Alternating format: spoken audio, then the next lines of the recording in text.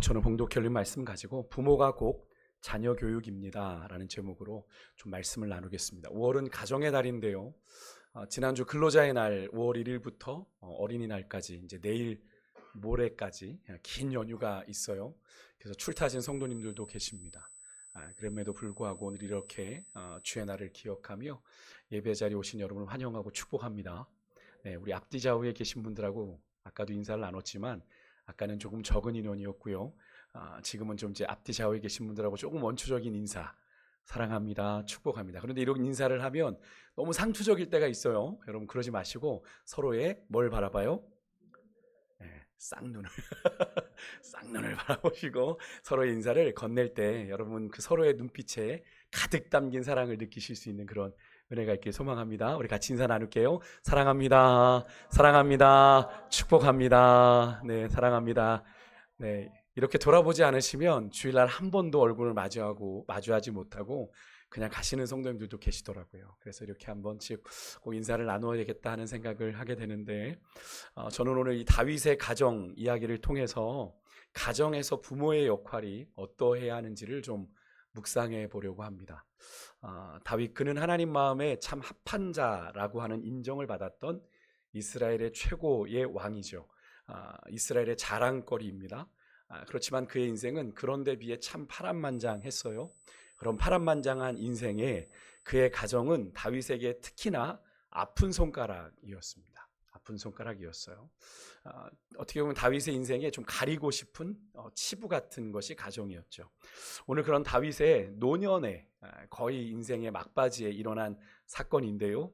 아버지 다윗의 왕위를 임의로 자신이 물려받으려 했던 아도니아라고 하는 아들의 이야기입니다. 다윗의 가정에 반역이 일어납니다. 아들 아도니아가 아버지 다윗을 배반하고 왕이 되겠다고 선포하고 일어났기 때문에 그런데요. 오늘 본문 5절을 보세요. 제가 아까 봉독해 드렸습니다. 그때의 핫깃의 아들 이렇게 되어 있습니다. 핫깃은 어머니 이름이에요. 그러니까 다윗에겐 여러 아내가 있었어요. 그러니까 그 중에 아내의 이름을 얘기해서 핫깃의 아들 아도니아가 스스로를 높여서 이르기를 내가 왕이 되리라 이렇게 이야기했다는 거죠. 아버지 다윗이 나이가 많아 늙었지만 아직은 건재하단 말이죠. 아직은 왕위를 지키고 있는데 아들이 왕이 되겠다고 스스로 나섰으니 이 얘기는 결국 뭡니까? 멀쩡하게 살아있는 아버지 빨리 죽으십시오 라는 이야기입니다. 저희가 누가복음 15장에 탕자의 비유를 잃은 아들의 비유를 볼 때도 그 둘째 아들이 아버지에게 유산을 요구했던 것이 바로 이런 행동이다라는 말씀을 드렸지 않습니까?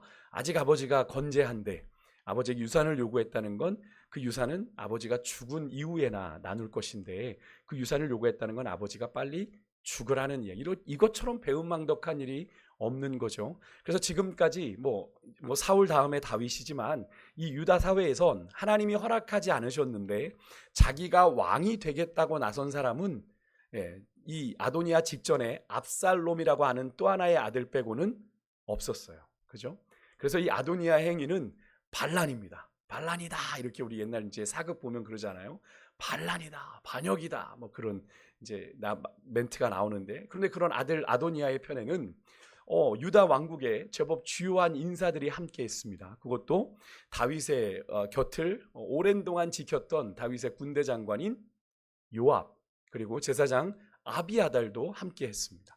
의외예요. 아비아달은 그렇다 치더라도 그래도 얼마 전까지만 해도 다윗의 오른팔처럼 활동했던 요압까지 아도니아의 반란에 가사했다라고 하는 사실이 상당히 놀라운데 사무엘하 18장에 보면 이 아도니아가 먼저 반란을 일으킨 아도니아보다 먼저 반란을 일으킨 아들이 있죠. 누구예요? 압살롬. 그죠? 압살롬이 반란을 일으켰는데 다윗이 그 반란을 진압하는 가운데 장군들에게 명령했습니다. 내 아들 압살롬을 죽이지 말아라. 죽이지 말아라. 그런데 누가 죽여요? 요압이 죽입니다. 요압이 압살롬이 어떻게 죽게 되냐면 도망치다가 긴 머리가 아주 매력 있는 압살롬이었는데 그 긴 머리가 나무에 끼어요. 그래서 오도 가도 못한 상황에 있는 그 압살롬을 요압이 찾아가서 찔러 비참하게 죽이게 됩니다. 그런데 성경은 그 장면을 참 비참하게 표현해요. 요압이 그렇게 죽이고 난 뒤에 그 요압의 군사들이 가서 또 압살롬을 비참하게 죽였다라고 기록을 합니다. 그 소식을 이제 들은 다윗이 너무 가슴을 아파했어요. 그런 다윗에게 요압이 따졌습니다. 왕이시여, 지금 왕을 죽이려고 했던 자를 우리가 죽였는데 이렇게 슬퍼하시면 우리가 뭐가 됩니까? 이렇게 얘기를 했었습니다. 근데 아마 요압은 느꼈던 것 같아요. 그런 다윗의 슬퍼하는 모습 속에서 내 입지가 위험하겠구나라는 생각을 하지 않았을까. 그래서 가장 그 당시 유력한 왕위 계승자였던 아도니아로 이 요압은 갈아탄 거죠. 요즘 말로 그런 갈아탄다는 이야기 많이 하지 않습니까? 노선을 빨리 갈아탄 것. 그래서 아도니아의 반란에 동참한 것으로 보이는데요. 어쨌든 그렇게 아도니아는 왕이 될 것을 꿈꾸며 오랫동안 나름 치밀하게 사람들을 포섭하며 준비해 왔습니다. 그런데 여러분, 그렇다면 이 아도니아는 어떤 아들입니까? 오늘 우리가 읽은 본문 6절에 보니까 그는 압살롬 다음에 태어난 자요 용모가 심히 준수하더라, 이렇게 기록을 하고 있습니다. 저는 이 귀한 이 장면이, 이 구절이 그냥 기록된 것 같지 않아요? 그죠? 압살롬의 뒤를 이어서 그 전철을 밟아가고 있는데 꼭 아도니아도 어떨 것 같아요? 압살롬의 길로 갈 것 같은 느낌이 들어요. 압살롬도 용모가 심히 준수했다고 했죠. 유다에 그런 자가 없을 정도로 용모가 탁월했다고 했습니다. 그죠? 근데 그 압살롬 못지않게 이 아도니아도 이 용모가 심히 준수했다고 하는 걸 보면 만만치 않았던 것 같아요. 그런데 그가 압살롬 다음에 태어난 자인데 압살롬처럼 아버지를 향해 반란을 일으키고 그 길로 달려가고 있다. 결말은 어떻게 될까요?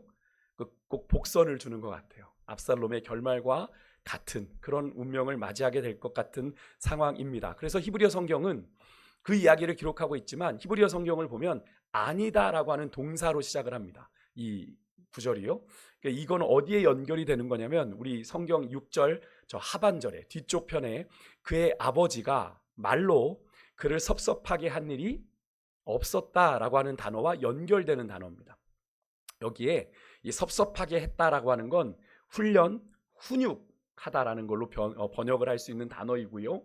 또 한 번도 없었다라고 하는 이 말에는 우리가 아주 어려서부터 그가 지금까지 날들에 라는 의미가 이 히브리어 단어에 포함이 되어 있습니다. 그러니까 히브리어는 이렇게 그 상형 문자로 이렇게 되어 있어서 그 단어 하나하나의 의미가 있거든요. 거기에는 그가, 그래서 우리 성경에 보면 이 6절에 한 번도라는데 일이 이렇게 써 있습니다. 일. 여러분 성경 읽다 보면 그 번호를 이렇게 밑으로 따라가, 오른쪽 밑에 따라가 보시면 거기 뭐라고 써 있어요? 평생에 이렇게 써 있어요. 평생에. 그러니까 원어에는 그런 번역이 들어가 있다라는 걸 알려주는 거죠. 그러니까 단순히 한 번도 없었다가 아니라 아도니아 평생에 다윗이 말로 그를 섭섭하게 한 일이 한 번도 없었다라는 이야기예요. 그러니까 고로 정리하면 아도니아는 아버지 다윗으로부터 평생 한 번도 꾸중이나 책망을 받은 적이 없었다라고 성경은 말합니다. 그가 완벽해서 그랬을까요? 그러진 않았을 것 같은데 아도니아가 그런 아버지가 자신을 그렇게 취급하는 걸 아버지가 나를 무척 신뢰하는구나, 또 나를 나름 또 자랑스럽게 생각하는가 본데 라고 착각했을지도 모르겠어요. 왜? 말을 하지 않으니까. 그죠? 그래서 이제 아도니아가 5절에 보니까 벌써 자기가, 왜요? 자기 위에 있는 압살롬이 지금 죽었잖아요. 다음 순서는 누굽니까? 자기라고 당연히 생각을 한 겁니다. 벌써 자기를 위하여 병거를 만들었어요. 그리고 기병과 호위병 50명을 거느리는데 이 모습은 왕의 행차 모습입니다. 왕의. 그러니까 벌써 지금 이 아도니아가 무슨 행세를 하고 있는 거예요? 왕인 행세를 하고 있는 겁니다. 이제 왕위를 물려받을 세자 행세를 하고 있는 거예요.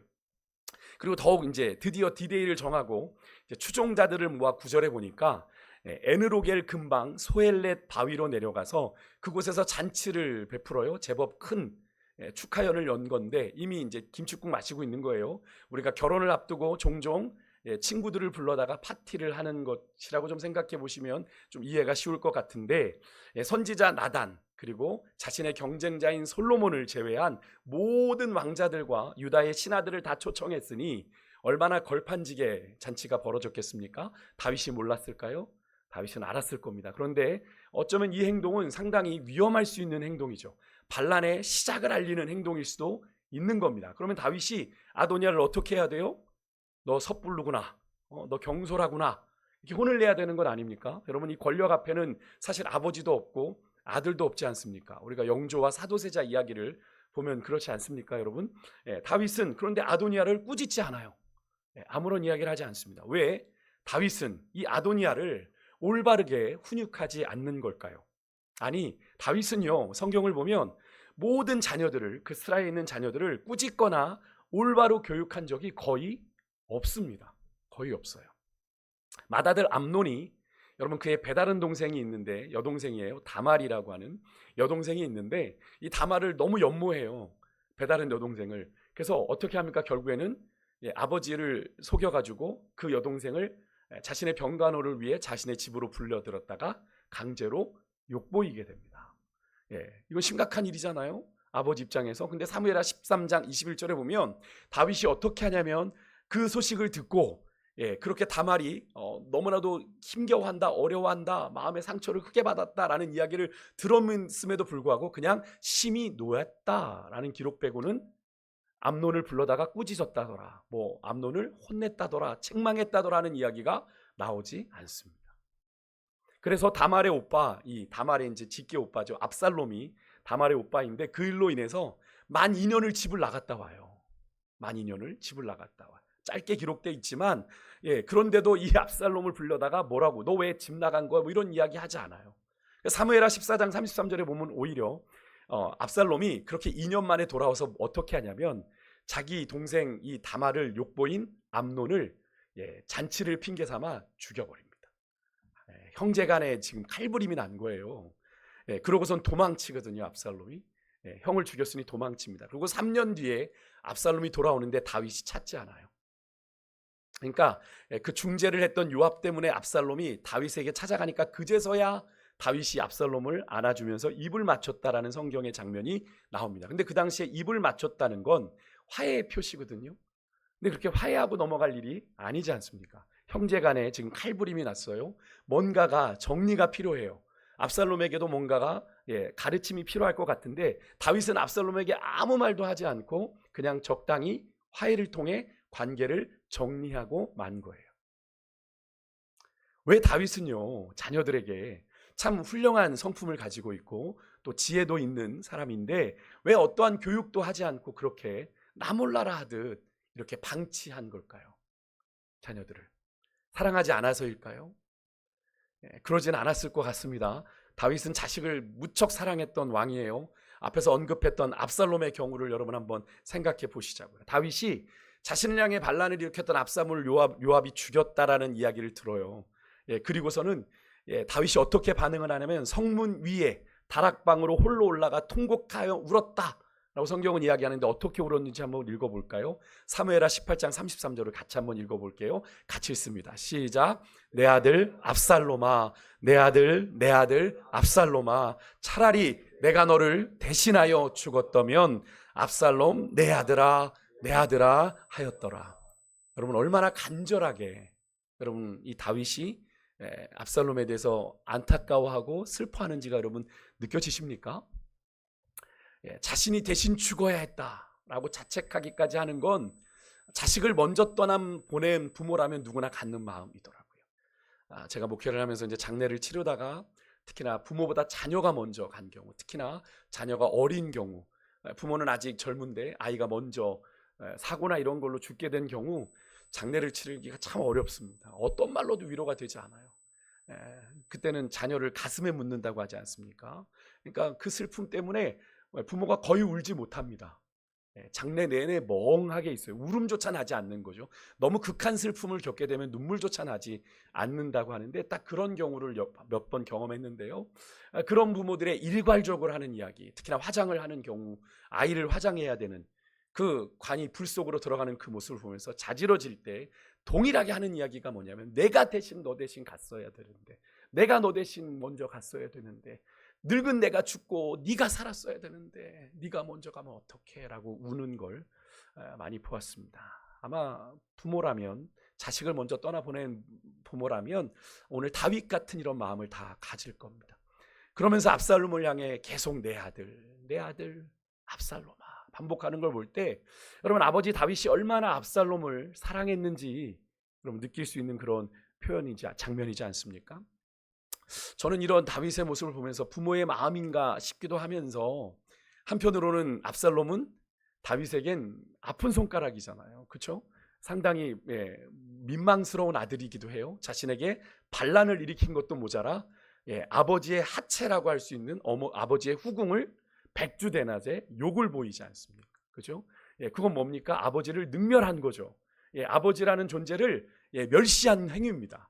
근데 그런 행위까지 한 아들에게, 그런 아들의 죽음인데도 저리 아버지가 다윗이 슬퍼하는 것을 보면 다윗도 영락없는 부모였구나 하는 그런 생각을 하게 되는 그런 장면이죠. 그렇게 자식을 사랑했던 다윗입니다. 근데 그렇다면 다윗이 이렇게 자녀들을 사랑했는데 왜 일생 동안 자녀를 한 번도 꾸짖지 않고 훈육도 하지 않았던 걸까요? 무조건 이렇게 사랑하고 방치하면 아이들에게 부모의 역할을 다 한 겁니까?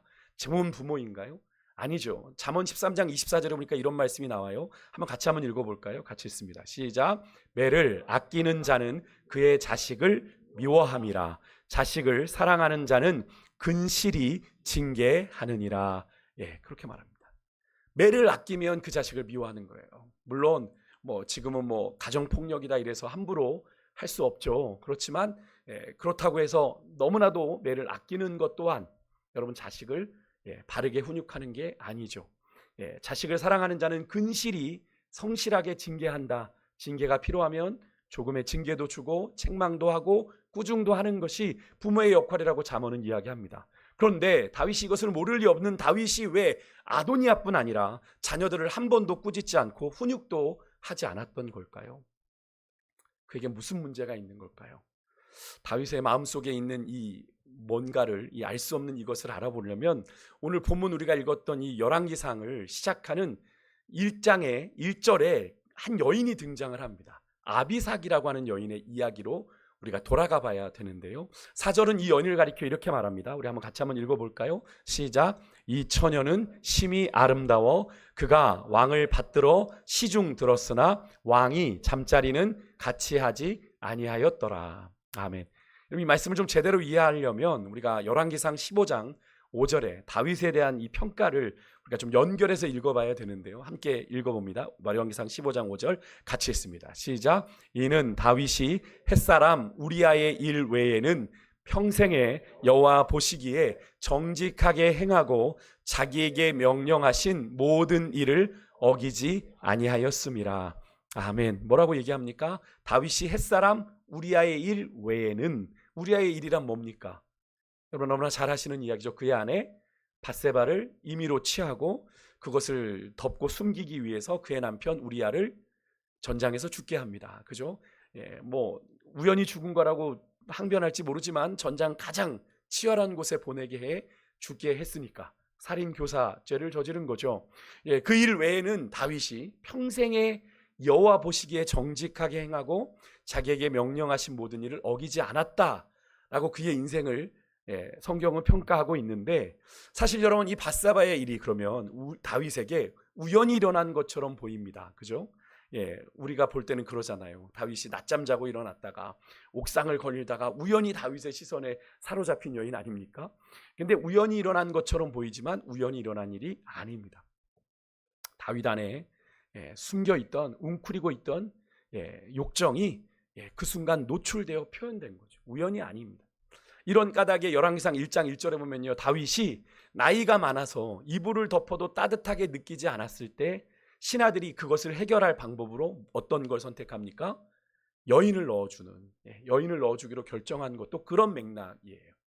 다윗의 인생을 한번 여러분 떠올려 보시겠습니까? 다윗의 인생은 어땠을까요? 집에서 사랑을 많이 받고 자랐을까요? 막내이잖아요. 8형제의 막내였는데 다윗이 사랑을 많이 받았을까요? 받지 않았을까요? 받지 못했을 것 같습니다. 왜냐하면 사무엘이 다윗의 집에 하나님의 명령을 받아 기름 부으러 갔을 때 이새에게 아들을 불러다 하고 했을 때 다윗을 딱 빼놓고 다 왔다고 얘기를 합니다. 이 얘기 뭘 의미합니까? 다윗이 집안에서 존재감이 있어요, 없어요? 없는 거예요. 없는 겁니다. 그의 부재를 이 아버지 다윗이 당연한 걸로 여깁니다. 없는 걸로 여겨요. 나중에 사무엘이 더 없냐라고 했을 때 그제서야, 그죠? 마지못해 데려오는 게 다윗이었다라는 거죠. 그러니까 다윗은 그런 모습을 본다면 집안에서 제대로 사랑을 받아본 적도 없을 것이고 늘 혼자였을 것이라 생각이 됩니다. 우리가 최근에 묵상했던 아가서를 보게 되면 술람미 여인도 그저 오빠들이 어떻게 해요? 예, 그 동생, 여동생을 포도원지기로 내보냈던 일을 우리가 보지 않습니까? 그래서 자기가 거무스름해졌다. 예, 슬람 여인이 그렇게 얘기하는 걸 우리가 볼 수 있는데 그런 거죠. 사랑을 받지 못한 겁니다.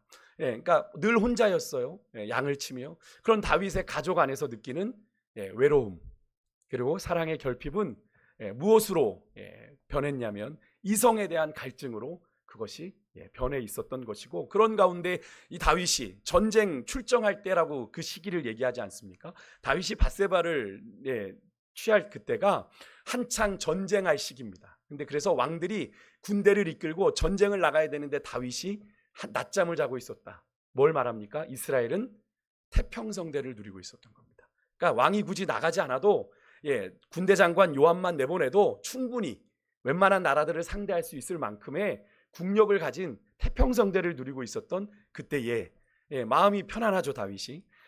그 상황 가운데서 한적한 오후에 낮잠을 자고 푹 자고 일어나서 왕궁 옥상에 올라가서 신선한 바람을 맞으며 나른한 몸을 일으켜 세우는 그 순간에 다윗의 시선을 사로잡는 아름다운 여인의 나신, 그의 내면에 가라앉아 있던 이성에 대한 갈증을 분출하게 만든 거죠. 사실 조금 전 살펴봤던 이 아비삭의 문제도 그럽니다. 다윗을 평생 따라다니며 그를 괴롭게 했던 이 bat세바를 범했다라고 하는 이 죄악의 쓴뿌리를 건드리는 문제죠. 그렇죠? 그러했기 때문에 다윗은요, 신하들이 심히 아리따운 여인 고르고 골랐을 겁니다. 그 아비삭을 제공해 주었지만 다윗은 어떻게 해요? 단호히 거절합니다. 이런 다윗의 행동은 단순한 거절 이상의 의미를 가지는 거죠. 다윗이 노년에도 그에게 남은 마지막 죄악의 뿌리를 잘라내겠다. 내가 여기서 넘어지지 않겠다. 하나님 앞에 내가 온전하게 서리라 하는 다짐이 그의 행동 속에는 담겨 있는 거죠. 하지만 여러분, 이 모습에서 다윗이 그런 생각이 들었습니다. 평생 얼마나 그 죄의 문제로, 그 bat세바를 범했던 그 죄의 문제로, 물론 하나님이 용서하셨지만 괴로워하고 그것을 그의 몸에서 잘라내고자, 그런 욕정이 일어나는 걸 잘라내고자 얼마나 몸부림쳤는지를 알 수 있는 그런 장면이죠. 결국 다윗은 그 죄의 근원을 잘라냈고 성경대로 그가 하나님 앞에 흠이 없이 온전한 자가 되기는 했습니다만, 그렇게 다윗이 자신과 싸우며 자기 자신을 추스리는 사이에 자녀들은 어떻게 해요? 방치가 되었고 이렇게 망가지고 말았던 겁니다. 스스로 자녀들 간 칼부림이 일어날 상태까지 이르러 버린 거죠. 아시지만 여러분, 자녀 교육은 말로 하는 게 아니죠. 말로 하면 애들 잔소리로 듣습니다. 부모들이 사는 모습이 자녀를 교육합니다. 그래서 제가 종종 말씀드렸지만 자녀는 뭘 보고 배워요? 부모의 등을 보고 배운다고 하는 거죠. 그래서 흔히들 말하는 건 아닙니까? 그런데 희한하게도요, 우리 자녀들은 부모가 닮았으면 하는 부분을 닮습니까? 그렇지 않고 이거는 안 닮았으면 좋겠는데 꼭 그걸 닮아요. 그죠? 그래서 마음이 애릴 때가 많아요. 내가 그것 때문에 고생했는데 내가 이 싫어하는 내 이 모습을 닮았구나 하는 그런 마음 때문에 사실 남몰래 부모들은 가슴앓이도 하지 않습니까? 예전에 제가 사역할 때 어떤 집사님이 하셨던 말이 기억이 납니다. 가정 예배를 드리지 못하는 이유를 이렇게 얘기하시는 거예요. 목사님, 제 삶이 떳떳하지 못해서 가정 예배를 드릴 수 없습니다. 자녀들이 내 민낯, 집에서 내 민낯을 다 보고 알고 있는데 어떻게 그러지 않은 척, 경건한 척 예배를 드릴 수 있습니까? 이렇게 얘기를 하시는 건데요. 그런 장면이 생각이 나면서 이런 생각이 들었습니다. 다윗의 마음이 아마 자녀들에게 이런 마음이지 않았을까? 그죠? 다윗이 bat세바를 범했다라고 하는 그 마음이요, 그것이 주홍 글씨가 되어 그에게 각인되어 남아 있어요. 자녀들에게 부끄러움이 있는 거죠. 수치가 있는 겁니다. 그래서 자녀들을 사랑해서 올바르게 꾸짖기도 하고 훈육도 하고 싶지만 나 같은 게 뭘, 내가 그 아이들한테 뭔 이야기를 하겠어. 그럴 수 없는 그런 자신의 모습이 다윗 입장에선 참 많이 싫고 밉지 않았을까. 문제는 다윗이 가지고 있었던 죄책감, 자격지심입니다. 근데 여러분, 이런 다윗의 모습이 꼭 다윗의 모습만일까요? 여러분, 우리 부모들의 모습 아닙니까? 우리도 아이들에게 떳떳하지 못한 일들이 우리 안에 한 가지씩들, 몇 가지들 안이 있지 않습니까? 부끄럽고 아이들의 기억 속에서 지우고 싶은 그런 기억들 말입니다. 자녀들에게 미안하니까, 그죠? 부끄러우니까 얼굴을 대하고 나누기가 쑥스럽고, 그러니까 어떻게 해요? 뭐 여기 우리 교인들은, 우리 성도님들은 안 그러시겠지만 대충 돈으로 이제 애들 때우려고, 뭐 맛있는 거 먹으러 갈까? 뭐 사줄까? 뭐 이러면서 이제 아이들에게 원하는 걸 해주는 것으로 나름 부모들이 사랑을 표현하지만 아이들이 원하는 건 그런 게 아니죠. 그러는 사이 아이들은 온전히 형성되지 못한 부모와의 친밀감으로 인해 병들고, 그걸로 인해서 가정과 사회가 무너지고 있는 걸 보게 되는데, 이런 통계가 있더라고요. 정신건강의학과 전문의가 연구한 것 중에 어린이 4명 중에요, 1명이 어린 시절에 정신질환을 앓는다고 합니다. 어린이 4명 중에 1명이요. 상당히 많은 퍼센테이지 아닙니까? 어린이들만이 아니에요. 시민건강연구소 리포트에 의하면 전국 대학생 2,600명을 조사한 결과인데, 이 대학생들의 불안 정도가 고위험 수준이 40%, 그리고 잠재적 위험 수준이 30%라고 합니다. 그러니까 여러분, 이 두 개만 합해도 70%에 육박하는 대학생들이 삶에서 불안을 호소하고 있는 거죠. 그러니까 이들을 통해서 어떤 문제가 발생합니까? 이 불안이 잘못 자극이 되면 부적응적인 행동을 통해 우리가 생각지도 못한 이런 일들이, 뭐 묻지마 일들이, 이런 것들이 일어나게 되는 건 아니겠어요? 그러니까 그런 시한폭탄들이 70개가 있는 거예요, 우리 주변에. 그렇죠? 여러분, 이런 자녀들이 과연 그들의 인생 가운데서 스스로 행복을 느끼며 살아갈 수 있을까요? 또 이들이 장성해서 사회 지도자가 되었을 때 이끄는 가정이나 회사나 공동체가 과연 즐겁고 행복할 수 있을까요? 그럼 부모가 바로 서서 바르게 살면 훈육이 필요가 없습니다. 잔소리도 필요가 없는 거죠. 우리의 삶의 이야기가 자연스럽게 아이들을 양육해 주는 것 아니겠어요? 그래서 우리가 종종 그런 프로그램들을 보면, 우리 어머니는, 우리 아빠는 아이들이 이렇게 기록한 일기들을 보면 참 아이들이 세밀하게 부모의 뒷모습을 관찰하고 있는 걸 우리가 보지 않습니까? 우리가 100마디 말을 하는 것보다 아이들에게 삶으로 보여주는 것이 훨씬 임팩트가 있다는 걸 우리가 확인하게 되지 않습니까? 그래서 여러분, 우리가 만났던 다윗은요, 그의 삶의 마지막에 솔로몬에게 이런 유언을 남겨요. 우리 같이 읽어보겠는데, 열왕기상 2장 3절입니다. 함께 읽어보겠습니다. 시작. 내 하나님 여호와의 명령을 지켜 그 길로 행하여 그 법률과 계명과 율례와 증거를 모세의 율법에 기록된 대로 지키라. 그리하면 내가 무엇을 하든지 어디로 가든지 형통할지라. 아멘. 여러분, 이 다윗의 유언, 그냥 뭐 평범한 우리가 말씀에서 늘 읽던 말씀을 읽는 것 같지만 다윗의 평생의 한이 담긴 간절한 당부이죠. 삐끗하지 마라. 솔로몬아, 하나님의 길로 행해라. 여러분, 100마디 말보다 여러분의 삶으로 자녀들에게 보여주시길 바랍니다. 그럼 자녀들이 없으시거나 혹은 뭐 자녀들이 아직 그러신 분들은 여러분의 이 다음 세대 자녀들에게 여러분의 삶을 좀 보여주셨으면 좋겠어요. 부모님들, 여러분들 자신이 바로 자녀 교육이에요. 자녀들의 믿음도 마찬가지입니다. 종종 그런 얘기 하시는 분들 들어요. 목사님, 우리 자녀들이 왜 그런지 모르겠습니다. 정말 모르시겠어요? 여러분들의 신앙의 모습 때문에 자녀들이 그러는 겁니다. 저도 그랬습니다. 뭐 여기 우리 주영이 앉아있지만, 주영이가 한동안 신앙에 되게 갈등을 겪었던 이유 중에 하나, 제게 뭐 대놓고 말하진 않았지만 저였을 것 같다는 생각을 솔직히 요즘은 합니다. 실제로 그런 통계들이 있고요. 부모들이 신앙생활 하는데 믿음의 삶이 무엇인지를 제대로 보여주지 않은 까닭에 여러분, 그 슬하에 있는 자녀들의 신앙 형성에 부정적인 영향을 미칠 수 있다는 연구 결과가 있어요. 특히나 믿는 부모의 말과 행동이 일치하지 않는 모습을 보이면 아이들이 그렇게 생각을 한답니다. 저 부모의 신앙, 믿을 만한 게 아니구나. 저 부모가 믿는 하나님, 믿을 만한 하나님이 아니구나. 저렇게 다를 수 있네? 라고 생각한다라는 거죠. 여러분, 혹시 우리들의 모습이 그러지 않습니까? 우리 자녀들에게. 여러분의 모습을 보면 하나님 정말 믿을 만한 분이구나 라고 여러분, 우리들의 자녀들이 느낄까요? 저렇게 신앙생활 하는 거구나. 나도 우리 아버지처럼 우리 어머니처럼 해야지 라고 여러분의 자녀들이 그렇게 고백합니까?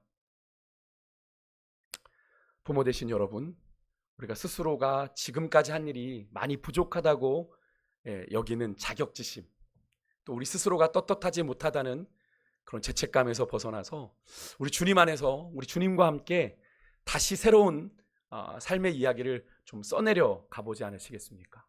그런 가능성이 우리에게는 없지만 주님 안에는 있죠. 아멘이십니까?